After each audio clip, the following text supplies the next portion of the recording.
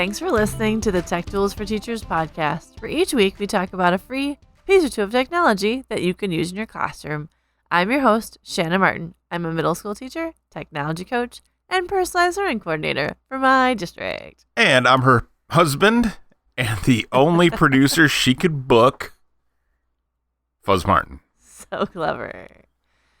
I feel like now there should be like a little intermittent like pause or like a, so what's today's theme, folks? Yeah. What is today's theme? I think, for so long in this show, like you're the expert on all this and I'm just the guy who pushes buttons. I don't know if I'm an expert, but I just tinker around with such things often. But having a pun to look forward to writing each week gives me hope and on joy. Your little post-it. It's a little post-it of hope.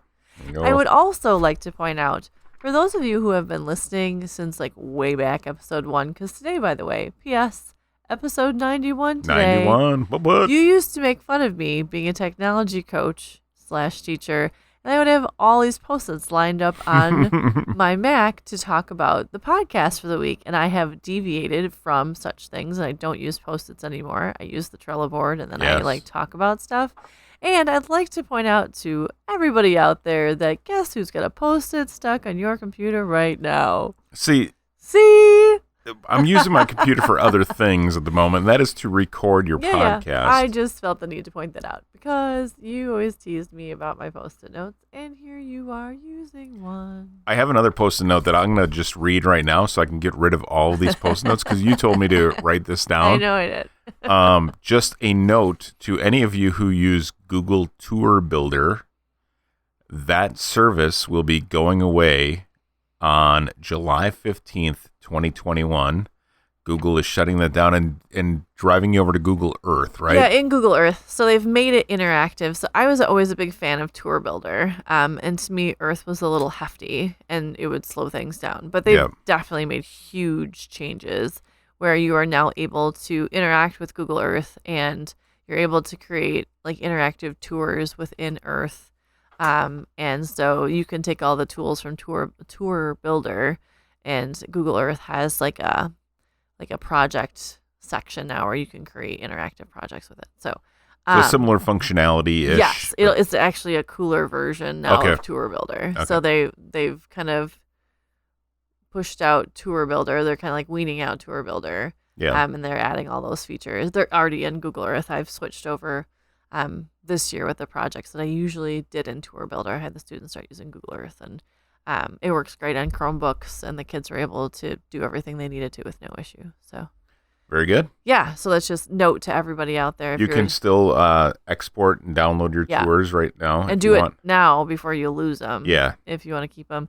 I know some people keep family vacations in there and like various other adventures and trips planned. So yeah, make sure you download stuff if you want to keep it. Very good. Cool. Now I have no more Post-its. No more Post-its. And the floor is yours. What are we talking about today? We are talking about reading support tools. So this time of year, good old May. Yes. Where like the year is winding down, and for some reason it always switches to how are we going to keep kids learning over the summer? So it's like we haven't even finished the school year yet. Let's finish the school year first. But I also get I'm a planner, and so are many other people. So if you want to have resources available for your students, or if parents start asking like how can I support my child over the summer, it's nice to have some tools kind of in your back pocket. You can also use these in your classroom. Actually, some of them are definitely used in your classroom. So the reading support tools for classroom use, but also they can be used with families or parents to keep them in the loop and or to support students with their work over the summer. So these are kind of some reading tools that are helpful in both the classroom, and if parents need some support, they are there for them as well. So our first site today is called CommonLit. It is Common, COMMON lit, LIT.org. And it's a really cool site. It has so much stuff. It has so many resources for teachers and students. And it's one of those where you kind of look at it and like, overwhelmed overwhelmed. But at the same time, it's very well organized. So you can find things. So basically, you sign up as a teacher, and it's free. And it connects to your Google Classroom. So it can connect directly to your student classes and your class lists, so you don't have to upload any of that kind of stuff. It's all there and available for you. And there's lots of little tour buttons. So if you want it to like explain different things to you, it shows you as a little video, kind of explain each part of the website. But they have a library of content, and you can search by like specific book, genre, grade level, literary device, text sets, themes, and then they have Spanish specific texts. And grade levels are 3rd through 12th with these resources. So they're going to be a little bit older students, not early readers, but a little bit later on. And so what's nice about this is they do have some of the classics in there. So you'll see like the lottery, and you'll see like various other things. But they also have very relevant news articles and things like that to do comparisons with.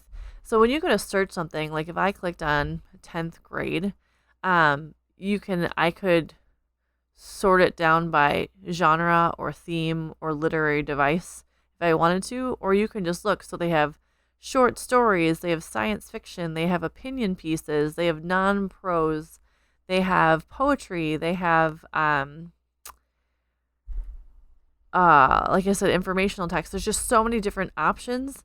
And then what's cool is like, so if I pick like literary device, and I know like as a former language arts teacher a long time ago, and the teachers I work with, like when you're looking for a specific, like I want to teach symbolism, like figurative language. Okay. All right. And I'm going to click on that. It's going to sort out and give me things that will just help me with figurative language. And one of them is Barack Obama's accepts his Nobel Peace Prize in 2009. So like the pieces are not just going to be like the same old figurative language things that you look at frequently or that have been used over and over.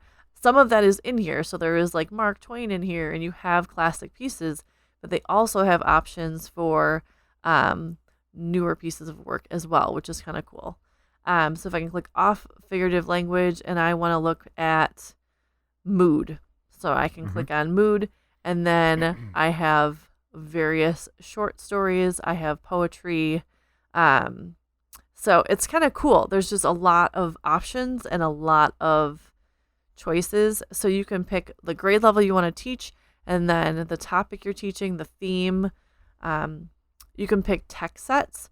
So if you're going to click on that, it'll say like one of the text sets is horror and suspense. So you can click on horror and suspense, and it's going to give you all kinds of resources specific to that.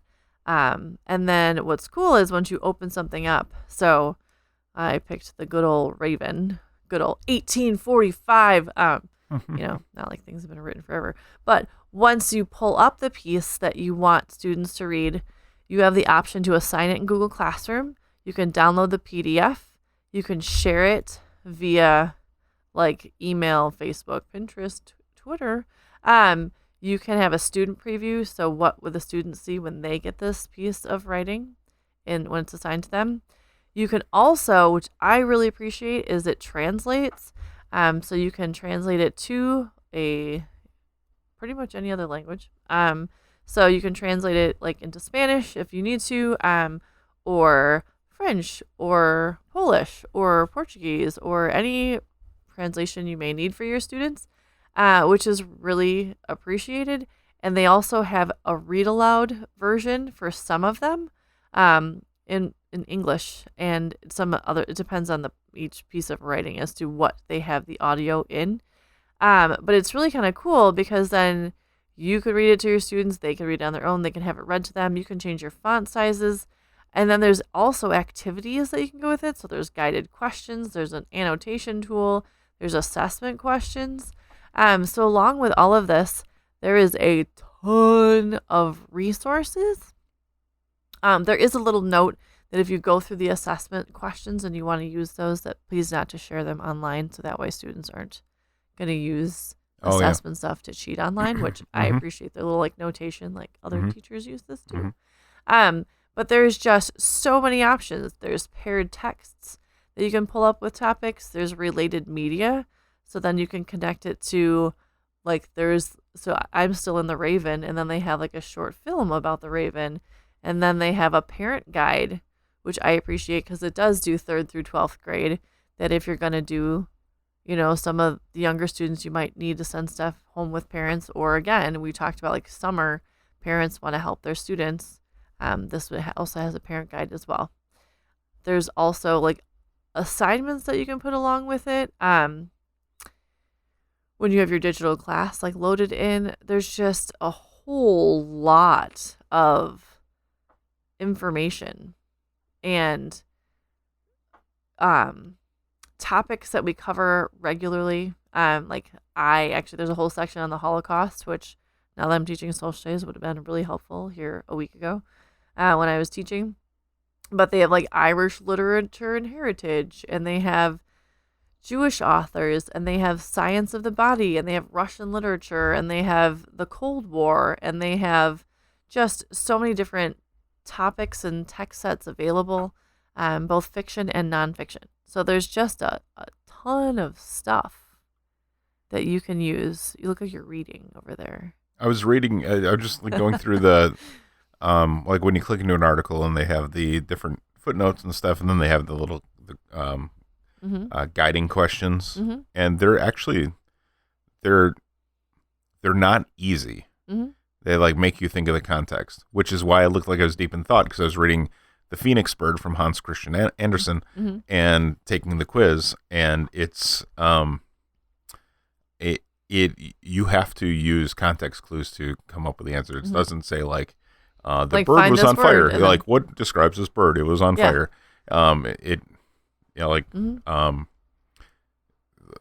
Spoiler. In this question, it said that this bird's picture hangs on the walls in the homes of rich people, and it was like you had to like choose from a list of like people worship it, or they're confused by it, or they're intrigued. So it's really neat and makes you think. Yeah. And there's just so many different ways of using it in your classroom, whether you're assigning students some reading or you're supporting. I always think like our students do a lot of choice. And if they're doing dystopian in the classroom, this would be like supplemental to the dystopian that they are already reading in class.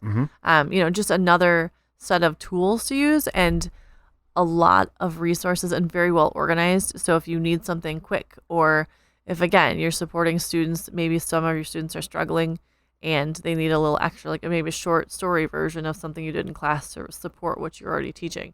There's just a ton of stuff here, and it's very easy to get a hold of and to share out with your students. Yeah, very cool. Yeah, so commonlit.org, check it out. There are things for all content areas too, not just reading, but it definitely covers a lot of different areas. So try that one out. Great resource. Yeah. So our second resource is Biblionasium. Yes, Biblionasium. So it's like a book gymnasium. Yes. It's a Biblionasium. Yes. What? So this site, as I was like digging around with it and playing around with it a little bit with some suggestions for teachers that I work with, and for anybody, I guess a lot of teachers use Goodreads in their classroom. I think that's probably the most common. I mean, not even in your classroom, just everybody uses Goodreads to share out your reflections on books. You keep your little bookshelf. If you're unfamiliar, you keep a little bookshelf of things that you want to read or that you have read, your suggestions. So Biblionasium is basically a kind of like a teacher-controlled version of Goodreads for your classroom. So you have like a code and your students join your class, and you have your bookshelf, and then you can choose out your titles that you want to have in your classroom, or that you have like you have physical copies in your classroom, and then these are like the digital books on your shelf, if that makes sense. And you can write suggestions as a teacher, but also students in your classroom can write suggestions like, oh yeah, I read that book, I love it. So it's kind of like Goodreads, where students in your class can suggest books to other students in your class or in your grade level, however you choose to organize it. And you can set up like reading groups. So if you are doing like guided reading groups. You can put groups together and like they could keep their little shelf of books, and you can connect parents to it. So then parents can see what their kids are reading. So there's options with parents too, which is kind of cool. Parents can see their child's reading history, their reading logs, their favorite books, their reading preferences, and their book reviews. So if you choose to connect parents to it, they can track their own child's reading, see what they're doing in class, and then, you know, also see kind of their reading history and then check up on what they're reading. They can also see like recommended or required books for class. So if the teacher says like, hey, everyone in class, we're reading nonfiction on winter. That's a great topic. Yeah. Then parents can be like, oh, okay, this is the theme we're going for in class. And you can ask your child like, hey, what winter book are you reading? They also can donate books to your classroom through a wish list. Oh, that's cool. So you can actually they can order books to your classroom too. But I liked the parent stuff because even though I teach middle school, a lot of times parents are checking in like, how can I be more involved with my kid? Or how can I check up on my kid? Because not all middle schoolers report back daily as to all of the things they did in their classroom with their parents. So this is a way for parents to kind of be involved and know what their students are reading. But I like it because it's a way of, I wouldn't call it social media, but it's a way of students interacting online and recommending books. And if like parents don't want their students on Goodreads, or if they're a little bit younger and you're still working on the whole like being good digital citizens piece, or you don't want them floating out there anywhere on the internet, it's another option for teachers to be able to use to set it up where students can share books and review, and it's a little more controlled and just a lot more options.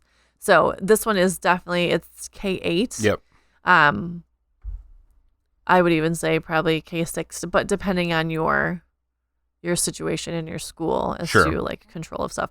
But it is nice because there are a lot of precautions around this one, and it's won a bunch of awards for like cool tools and all kinds of things for being keeping kids' privacy and things like that. Sure. And still having They book actually recommendations. refer to themselves on Twitter as "We are good reads for kids," in quotes. Yes.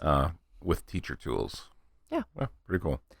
Yeah, so that's kind of a cool one. Check it out. So for summer purposes, if you have your students set up before the school year ends, you can have your little bookshelf of recommendations for summer reading. And then there's challenges built in there where kids can like have a classroom challenge or have various things going on. And that way they can check it through the summer. You can message them and put new books, and they can recommend books to each other, even though they won't be, in the classroom. Right.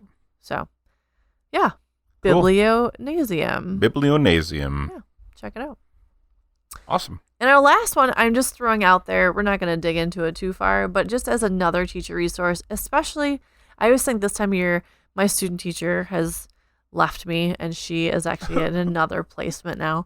But for new teachers, when you're getting a job or transferring schools or changing subjects, or you just need a place to like, I need ideas or strategies, AdLit. It's ADLIT.org, AdLit.org.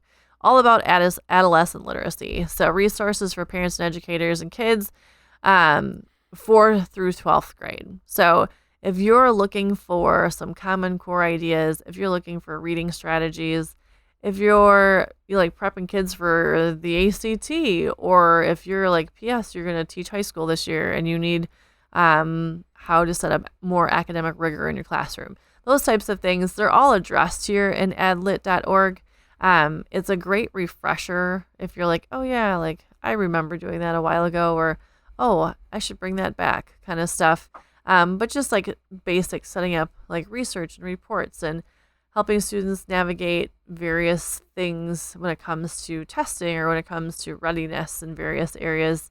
There's a lot of strategies in here and how to set them up, and if they're for vocabulary specific or writing specific, what you should look for during reading time. So it's just a great resource of a lot of the basics, but I think we all can use a refresher on that on occasion too.